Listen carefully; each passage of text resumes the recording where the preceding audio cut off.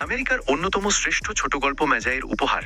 ম্যাজাই শব্দটি এসেছে বাইবেলের সেই জ্ঞানী ব্যক্তিদের কাছ থেকে যারা নবজাতক যিশুর জন্য মূল্যবান উপহার নিয়ে এসেছিলেন। কিন্তু লেখক এখানে দেখিয়েছেন পৃথিবীর সবচেয়ে মূল্যবান উপহার কোনো বস্তু নয়, ভালোবাসার জন্য করা নিঃস্বার্থ ত্যাগই হলো সর্বশ্রেষ্ঠ উপহার। 1905 সালে প্রকাশিত এই গল্পটি বড়দিনকে কেন্দ্র করে লেখা হলেও এর আবেগ এবং শিক্ষা আজও সমানভাবে মানুষের হৃদয় স্পর্শ করে। ও হেনরি তার গল্পের শেষ মুহূর্তে চমকে দেওয়ার মতো মোচ দেওয়ার জন্য বিশ্বজুড়ে বিখ্যাত ছিলেন। এই গল্পেও তিনি এমন এক সমাপ্তি এনেছেন যা পাঠককে একই সঙ্গে আনন্দ, বেদনা এবং বিস্ময় ভরিয়ে দেয়। গল্প ম্যাজাইয়ের উপহার। বড়দিন আসতে আর মাত্র একদিন বাকি। শীতের ঠান্ডা হাওয়া জানালার ফাঁক দিয়ে ছোট্ট ঘরটিতে ঢুকছিল। সেই ঘরেই বাস করত তরুণ দম্পতি ডেলা ও জিম। তারা খুব গরিব ছিল, কিন্তু তাদের ভালোবাসা ছিল অগাধ। ডেলা ছোট্ট একটি পুরনো সোফায় বসে বারবার তার জমিয়ে রাখা টাকাগুলো গুনছিল। $1.87। বারবার গুনেও একই ফল। মাত্র $1.87 মধ্যে আবার 60 সেন্ট ছিল, পেনি, যেগুলো সে প্রতিদিন বাজারে গিয়ে সামান্য সামান্য করে বাঁচিয়েছে। কসাইয়ের সঙ্গে দরদাম করে সবজিওয়ালার কাছে একটু কম দিয়ে নিজের প্রয়োজন কমিয়ে সে এই টাকাগুলো জমিয়েছিল। কিন্তু এত কম টাকায় সে কিভাবে তার সবচেয়ে প্রিয় মানুষ জিমের জন্য বড়দিনের উপহার কিনবে? এই চিন্তা করতে করতেই ডেলার চোখ ভিজে উঠল। সে বিছানায় মুখ গুজে কাঁদতে লাগলো, কারণ সে জানতো জিম তার জন্য কত কষ্ট করে কাজ করে। সামান্য বেতনে সংসার চালাতে গিয়ে জিমের নিজের কোনো শখই পূরণ হয় না, অথচ ডেলা চেয়েছিল বড়দিনে এমন একটি উপহার দেবে যা জিম সারা জীবন মনে রাখবে। কিছুক্ষণ পরে ডেলা আয়নার সামনে গিয়ে দাঁড়ালো। তাদের ছোট্ট ঘরের আয়নাটি খুব পরিষ্কার ছিল না, তবুও সেখানে নিজের প্রতিচ্ছবি দেখা যেত। আয়নার সামনে দাঁড়িয়ে ডেলা তার লম্বা, ঘন, রেশমের মতো সুন্দর চুল খুলে দিল। তার বাদামি চুল ঝর্ণার মতো নেমে এলো হাঁটু পর্যন্ত। আলোয় সেই চুল ঝলমল করছিল। তাদের জীবনে মূল্যবান জিনিস ছিল মাত্র দুটি। একটি ছিল ডেলার সেই অপূর্ব সুন্দর চুল, আর অন্যটি ছিল জিমের সোনার ঘড়ি। সেই ঘড়িটি ছিল তার বাবার কাছ থেকে পাওয়া, আর তার বাবাও পেয়েছিলেন নিজের বাবার কাছ থেকে। এটি শুধু একটি ঘড়ি ছিল না, এটি ছিল পারিবারিক গর্ব ও স্মৃতির প্রতীক। কিন্তু ঘড়িটির একটি সমস্যা ছিল, সেটির কোনো ভালো চেইন ছিল না।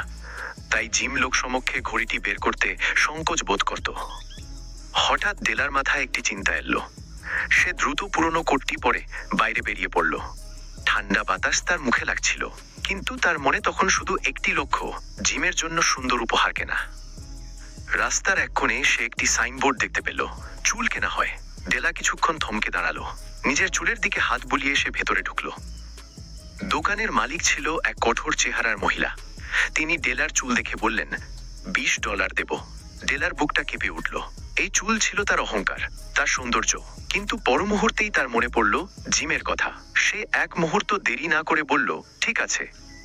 কিছুক্ষণের মধ্যেই তার লম্বা সুন্দর চুল কেটে ফেলা হলো। চুল কাটা শেষে ডেলা আয়নায় নিজেকে দেখে একটু চমকে উঠল। তাকে যেন ছোট ছেলের মতো লাগছিল, তবুও তার মনে আনন্দ ছিল, কারণ সে জানতো এই ত্যাগ তার প্রিয় মানুষটির জন্য। এরপর শুরু হলো উপহার খোঁজার পালা। অনেক দোকান ঘুরে অবশেষে ডেলা একটি জিনিস পছন্দ করলো, একটি সুন্দর মার্জিত প্লাটিনামের ঘড়ির চেইন। সেটি ছিল একেবারে সাধারণ অথচ অত্যন্ত রুচিশীল। ডেলা সঙ্গে সঙ্গে বুঝলো এই চেইনটি জিমের সোনার ঘড়ির জন্যই তৈরি। চেইনটির দাম ছিল $21। নিজের সব টাকা খরচ করে ডেলা সেটি কিনে নিল। হাতে মাত্র 87 সেন্ট বাকি রইল। বাড়ি ফিরে সে আয়নার সামনে বসে ছোট ছোট কাটা চুলগুলো ঠিক করতে লাগলো। তার মনে ভয় হচ্ছিল, জিম কি তাকে আগের মতো সুন্দর ভাববে? সন্ধ্যা ঘনিয়ে এলো। কিছুক্ষণ পর দরজার বাইরে জিমের পায়ের শব্দ শোনা গেল। ডেলার বুক ধড়ফড় করতে লাগলো। জিম ঘরে ঢুকে দরজা বন্ধ করলো। তারপর ডেলার দিকে তাকিয়ে একেবারে স্থির হয়ে গেল। তার চোখে এমন এক বিস্ময় ছিল যা ডেলা বুঝতে পারছিল না। ডেলা তাড়াতাড়ি বলল, জিম, এভাবে তাকিও না। আমি চুল বিক্রি করে দিয়েছি। তোমার জন্য উপহার কিনতেই এটা করতে হয়েছে। চুল তো আবার বড় হয়ে যাবে। তুমি কি আমাকে আগের মতোই ভালোবাসো না? জিম ধীরে ধীরে ঘরের ভেতরে এগিয়ে এলো। তার মুখে অদ্ভুত এক হাসি। সে বলল, তোমার চুল নেই?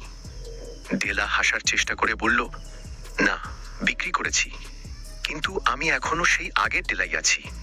জিম কিছুক্ষণ চুপ করে রইল। তারপর কোটের পকেট থেকে একটি ছোট প্যাকেট বের করলো। ডেলা প্যাকেটটি খুলতেই আনন্দে চিৎকার করে উঠল। ভেতরে ছিল কচ্ছপের খোল দিয়ে তৈরি অপূর্ব সুন্দর এক জোড়া চিরুনি। বহুদিন ধরে দোকানের কাঁচের ভেতরে রাখা এই চিরুনিগুলোর দিকে ডেলা মুগ্ধ হয়ে তাকিয়ে থাকত, কিন্তু সেগুলোর দাম এত বেশি ছিল যে কেনার কথা সে কখনো ভাবতেও পারেনি। চিরুনিগুলো হাতে নিয়ে ডেলার চোখ ভিজে উঠল, কিন্তু পরক্ষণেই সে বুঝল তার তো এখন আর সেই লম্বা চুল নেই। তবুও সে চিরুনিগুলো বুকে চেপে ধরে বলল, আমার চুল খুব তাড়াতাড়ি আবার বড় হয়ে যাবে। তারপর আনন্দের সঙ্গে সে নিজের কেনা উপহারটি জিমের হাতে দিল। দেখো জিম, তোমার ঘড়ির জন্য কি এনেছি। জিম ধীরে ধীরে চেইনটি হাতে নিল, কিছুক্ষণ সেটির দিকে তাকিয়ে রইল, তারপর ক্লান্তভাবে সোফায় বসে হালকা হেসে বলল, ডেলা, আমি তোমার চিরুনিগুলো কেনার জন্য আমার সোনার ঘড়িটাই বিক্রি করে দিয়েছি। এক মুহূর্তে ঘরটা নিস্তব্ধ হয়ে গেল। ডেলা যার জন্য চেইন কিনেছিল সেই ঘড়ি আর নেই, আর জিম যে চিরুনিগুলো এনেছিল সেগুলো ব্যবহার করার মতো ডেলার লম্বা চুলও আর নেই। তবুও সেই মুহূর্তে তারা দুজনেই বুঝতে পারল তাদের ভালোবাসার চেয়ে মূল্যবান কিছু পৃথিবীতে নেই। তারা নিজেদের সবচেয়ে প্রিয় জিনিসটি বিসর্জন দিয়েছে শুধু একে অপরকে খুশি করার জন্য। গল্পের মূল শিক্ষা। গল্পের শেষে লেখক বলেন, ডেলা এবং জিমি ছিলেন প্রকৃত ম্যাজাই বা জ্ঞানী উপহারদাতা, কারণ তারা বুঝেছিল উপহারের প্রকৃত মূল্য তার দামে নয়, বরং তার পেছনের ভালোবাসা ও ত্যাগে। এই গল্প আমাদের শেখায় সত্যিকারের ভালোবাসা স্বার্থহীন হয়। ভালোবাসার জন্য করা ত্যাগ কখনো বৃথা যায় না। বস্তুগত সম্পদের চেয়ে মানুষের অনুভূতি অনেক বেশি মূল্যবান। সামান্য জিনিসও অসীম মূল্য পায় যদি তার সঙ্গে আন্তরিক ভালোবাসা জড়িয়ে থাকে। এই কারণেই দ্য গিফট অফ দ্য ম্যাজি আজও বিশ্ব সাহিত্যের অন্যতম শ্রেষ্ঠ এবং সবচেয়ে আবেগঘন ছোট গল্প হিসেবে বিবেচিত হয়।